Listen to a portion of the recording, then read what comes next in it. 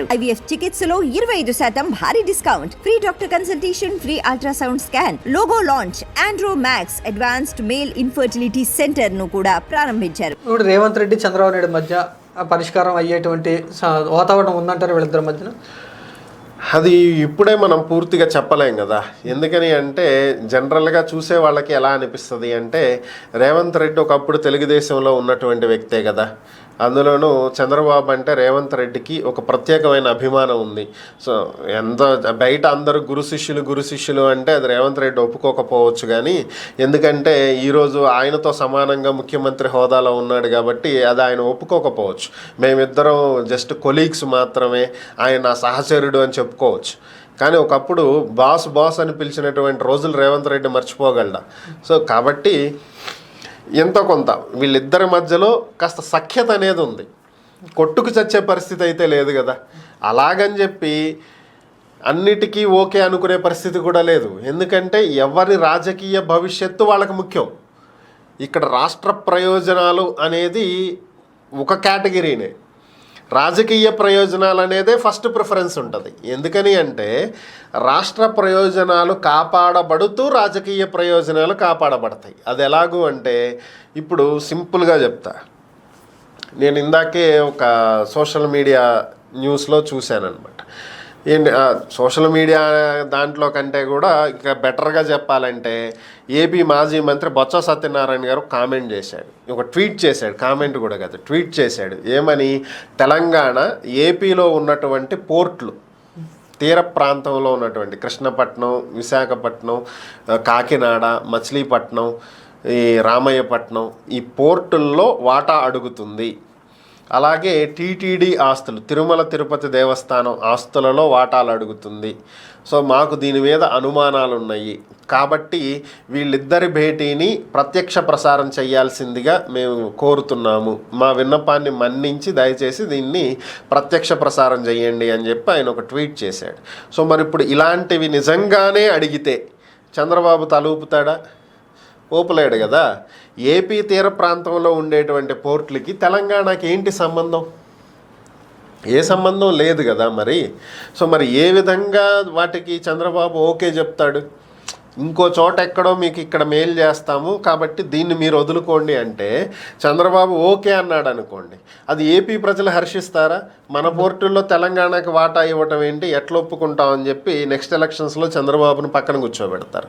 కాబట్టి ఇక్కడ రాష్ట్ర ప్రయోజనం కాపాడబడాలి. పోర్టుల్లో వాటా మేము ఇవ్వము, అవి మాకు సంబంధించినటువంటి పోర్టులు, మేము కట్టుకుంటున్నటువంటి పోర్టులు, మీకెందుకు ఇవ్వాలి, మేము ఇవ్వము అని చెప్పి గట్టిగానే మాట్లాడతారు.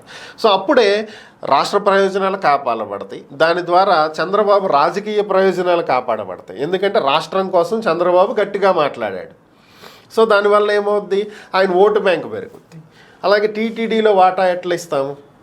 కేసీఆర్ రాష్ట్ర విభజన టైంలో కూడా అడిగాడు, తిరుపతిని మా దాంట్లో కలపండి, కర్నూలుని మా దాంట్లో కలపండి. ఎట్లా ఇస్తారు మీకు తిరుపతిని? ఏ లెక్కన ఇస్తారు? 1956 నాటి తెలంగాణ కావాలని అడిగాడు. రియల్గా 56 నాటి తెలంగాణ అంటే భద్రాచలం కూడా ఈరోజు ఏపీలో ఉండాలి.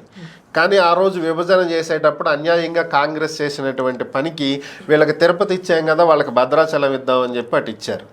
లేదంటే ఈరోజు ఖమ్మం జిల్లా ఏపీలో ఉండాల్సింది, కానీ దాన్ని కూడా విడగొట్టారు కదా. సో ఇట్లాగే పనికి మాలిన గొంతెమ్మ కోరికలు ఆ రోజు కేసీఆర్ కోరింది.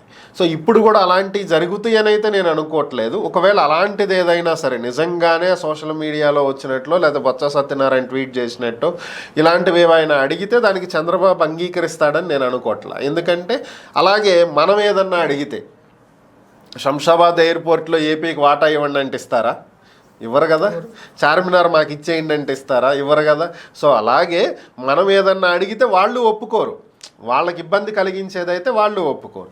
సో ఏదైతే ఇరు పక్షాలకి ఆమోదయోగ్యంగా ఉంటుందో అలాంటి సమస్యలు కొన్ని పరిష్కారం అవుతాయి, కొన్ని అపరిష్కృతంగా ఉంటాయి. ఈరోజు భేటీలో అన్ని పరిష్కారం అయిపోతాయని అయితే నేను అనుకోవట్లా.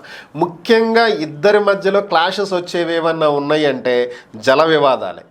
కృష్ణానది నీటి పంపకాలు, గోదావరి నది నీటి పంపకాల్లోనే మేజర్ ప్రాబ్లమ్స్ వస్తాయి. ఎందుకంటే మనం శ్రీశైలం బ్యాక్ వాటర్, రాయలసీమ ఎత్తిపోతల పథకానికి వాళ్ళు మెయిన్ అబ్జెక్షన్ పెట్టేది. ఎందుకంటే ఇక్కడి నుంచి శ్రీశైలం నీళ్లు పంపింగ్ తోటి మనము రాయలసీమ ఏరియాలో చాలా వాటికి బీడు భూముల్ని మనం మార్చుకోగలుగుతాం.